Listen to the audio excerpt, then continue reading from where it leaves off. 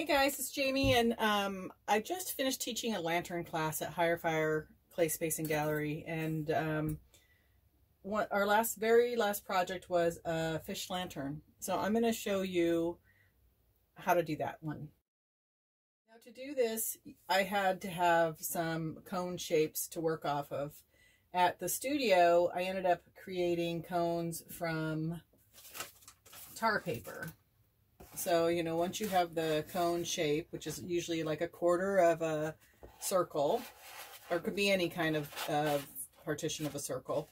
Anyways, you can, you know, overlap, put it together, tape it with blue tape, and then now you have a cone that you can use. This one's too big for our purposes today, but it's just to show you, you can make a cone out of the felt paper, tar paper.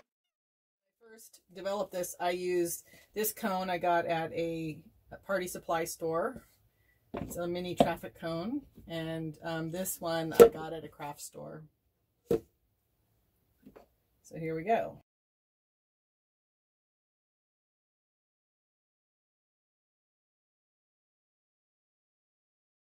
Once you have them off the cones, the very next thing you're going to want to do is close up the ends. So I just kind of pinched it closed, and then I'm going to turn it back over, and I'm going to stick down a little tool. That's too big. You could use the end of a dowel just to close it on up. So it should look something like that. This guy, I'm just going to press close like this. So be sure that you follow where the seam is. And now you're going to join these together. So depending on the clay body, I have Meath, and I've worked with it a bit. I know how it behaves. So I feel comfortable doing this step right now. You may need to sit back and let it firm up for a little bit. So when joining these two pieces together, I like to put the seams aligned so I can still tell where I put my seam in. So I align those seams, and now I'm just going to work these edges together. This I feel like is a little bit too wet to proceed, so I might just hold off for a minute here. The other thing I noticed when I put it together, this is coming apart a little bit, but I can fix that, is that this is just a tad too tiny, just a hair. So whenever, if you feel like it's a little bit small, you can always do this. And what I'm doing is just stretching it out a little bit. So I'm going to let those sit up for a little bit and try putting them together in a minute. It's 102 up here right now. So I'm not going to wait too much longer to put these together. So let me give it a shot again. So I'm aligning the seams again. I'm back. It's a funny thing. As I began to join the fish, the phone turned off because it got too hot. It said it couldn't use the camera in the heat. Never had that happen. Anyway, in my panic, I needed a place to put the fish so I can continue working on it. And I had this handy funnel right here, and I just plopped it in there so I could finish up working. All right, so right now I have just got them lined up and put on there, but it's not a real solid connection. In other words, it's not airtight. So I need to make it airtight. I'm going to achieve that by putting a coil around it. Before I do that, I'm going to do the stitching technique.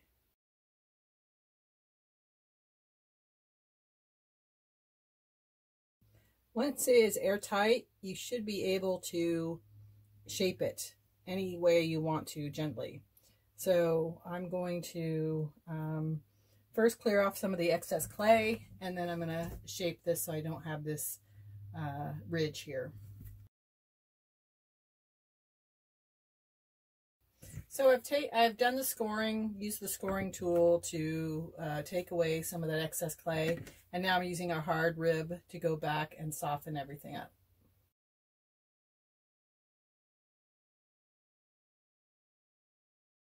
So this is the side with all the seams, and it needs a lot of work here.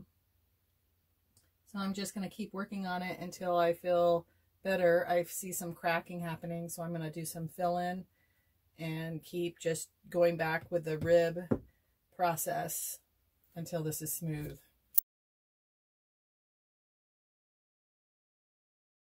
I'm really struggling with this back end here. The crack seems to keep coming back. And the only thing I can think of what's going on here is the heat right now. This is causing it to dry too quickly, maybe. So what I want to do is I'm going to take a break from smoothing it. I'm going to patch that right there, but I'm going to come back and finish smoothing it after it has set up a little bit more, and that way I can be a little bit more hard with it. The other thing too, while I'm waiting it to get to the point where I can add the appendages is, oh, look at this guy here. Yeah, this is drying ultra fast, and it's a closed form. So what I'm going to do here is I'm going to get it to its bottom shape. So I'm just going to tap on the bottom just to get that flat shape. And you can see we're already in the fish shape right now. So I'm going to do that to get it into shape, and then I'm going to puncture a hole into it.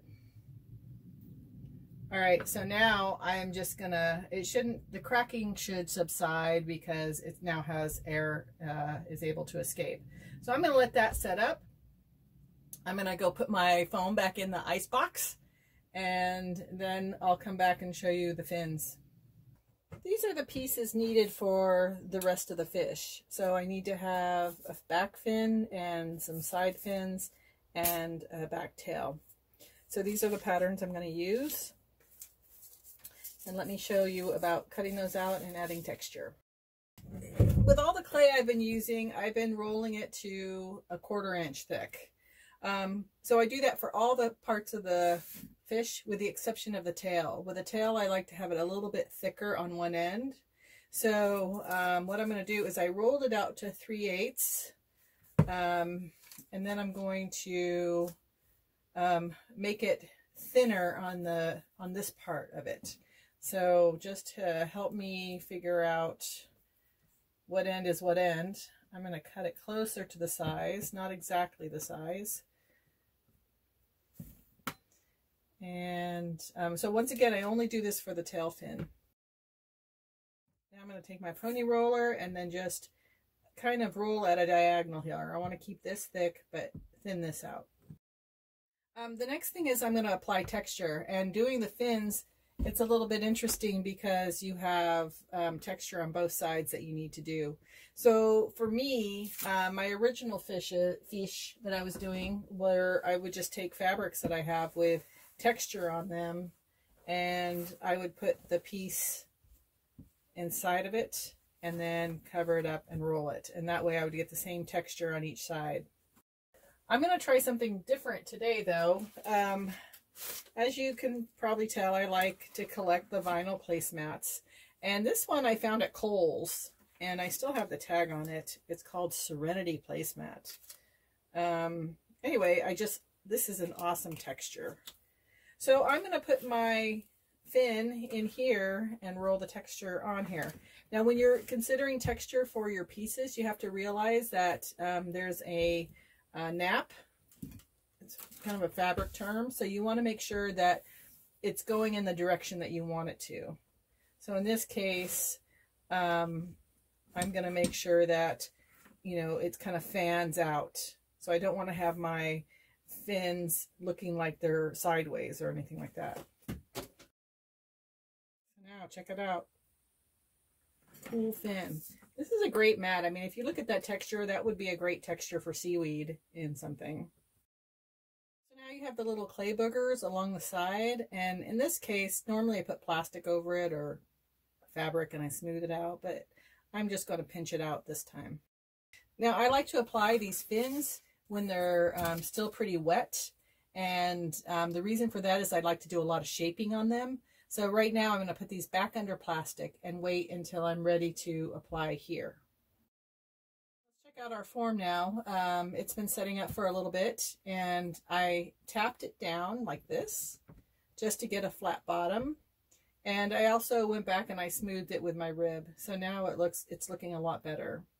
So what I do, the next order of events is to put the hole in the bottom, or at least mark where the hole is going to go, and then add the side fins first. The ridge and the tail go later. So let's get started on that. As far as size go, I just choose the one that seems appropriate. I want it big enough so I can put a little votive candle in there so that I know that this is going to be plenty big enough.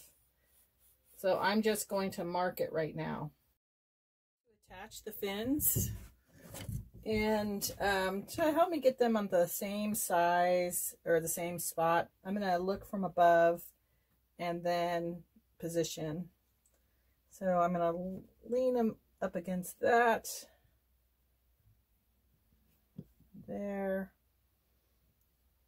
So I can tell from here they look good where it's at. So I'm going to go ahead and just mark.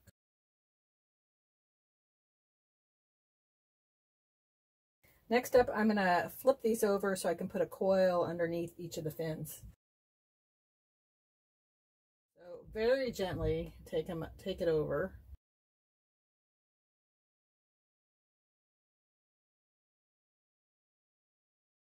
So I'm cutting the end of this tail because I want to have it taper more. So I'll do the same on the top.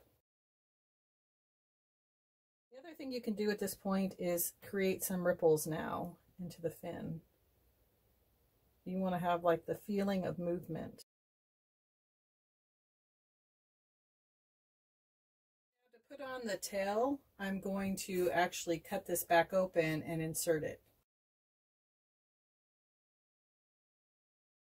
This tail is going to be too big to fit here, so you have to put some of the ripple that you're going to make in the tail in now. So as you can tell, I'm kind of scrunching it up. Now this is a vulnerable spot here because this is where I opened it up and I saw a crack going. So I'm going to do a zigzag on here, the stitching, and I'm going to add some fresh clay into that spot and then smooth back over.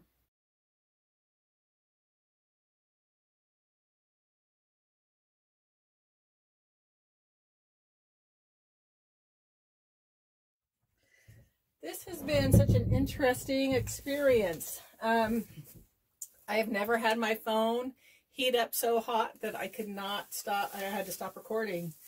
Anyway, since it turned off last time, I ended up putting it on a board with some paper just to help me be able to turn it around and move it to where I need to be. So anyway, the next thing is to deal with the face. And if you can see, the face still looks like that end of the cone, the short stubby cone where I, made it flat. So there's a couple ways you could deal with this. You could take a rasp and start to shape. The other thing is you could just cut off part of it. And if I use the rasp, I end up starting to make it more of an angle like this. For cutting off. It's helpful to have pictures of fish around you so you can kind of look at the features and decide what you want. I'm going to just smooth this out and then put a hole. Before I put that hole, I'm just going to cut at an angle to see if that creates the hole. So I want the fish mouth to go down like that. So maybe I'll come up instead.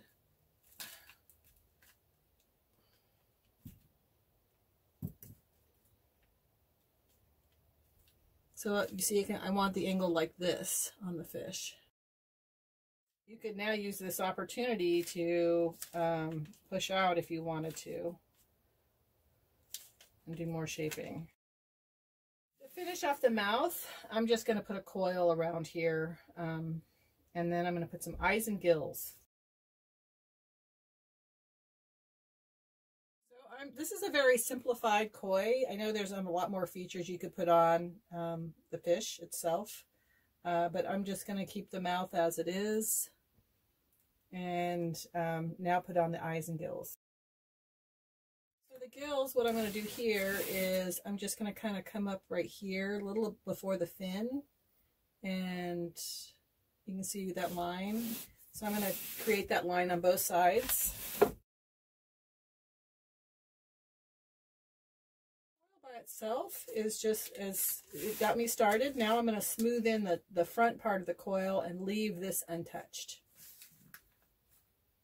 So what I'm doing is I'm pressing my thumb into the coil and smoothing. And then at the same time, I'm going to be pushing it flatter. So creating a definite line there. You're going to need to do some smoothing under the fish once this sets up a bit, but right now I'm not going to lift it up to do anything. And lastly, I'm just going to look, not lastly, there's still some more stuff to do. So I'm going to look at the eye placement. I'm going to put it back down here, kind of in line with the fin or the top of the gill.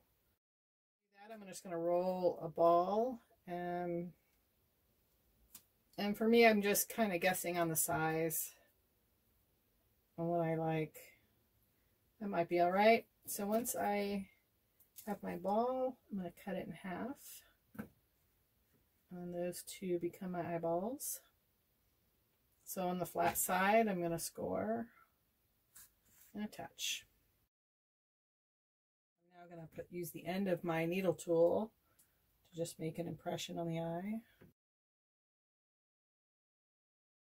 Fish is almost done. I've got to cut the hole in the bottom, and then now create the light sources or the openings up here. And so to do that, I have a cookie cutter, or tiny one, for a triangle. And this is what, 3/4 of an inch. And now I'm just gonna use this to mark where I'm gonna cut. So I'm gonna just make an impression and kind of follow it down. And I want to use the pointy side towards the mouth. And then once I've done that, I like to make it look more scale-like. So I'm just going to draw a little curved spot at the end of the triangle. Cut these out. I like to use a knife. So you get the idea. I'm going to wait until this is a little bit more set up, so I can actually just pick it up and take the open up the bottom, and then finish the top here, and I'll show you the finished result. I completed taking out the side fins, or the side fins, the scales that would let the light through. So this is the completed fish. So about firing, this is going to be very sensitive, or you're going to, all these little pieces have the ability to fall off. So just handle it carefully. Like I'm in a place where I need to transport it to my studio. So I'm going to wrap this and not let it dry completely, because it travels better wet than it does dry. The other thing is I went off camera and I took out the hole in the bottom. So you're asking maybe, how do I pick this up without, you know, disturbing the fins? And the best way I found is just to grab it by the tail, flip the board up, and then take it off. So as you can see, I still have some crumbs inside to fill up or to clean out. But when you do this, it gives you the ability to then go ahead and finish this part here with the gills and sign it, and then get any other kind of crumbs off. So I'm going to wait until it's a little bit more set up before going in and trying to clean any of the inside. So now to put it back, I'm just going to put the board back up to it like that, and then bring it down. So that's it for now. I hope you enjoyed this project and give it a shot. See you next time.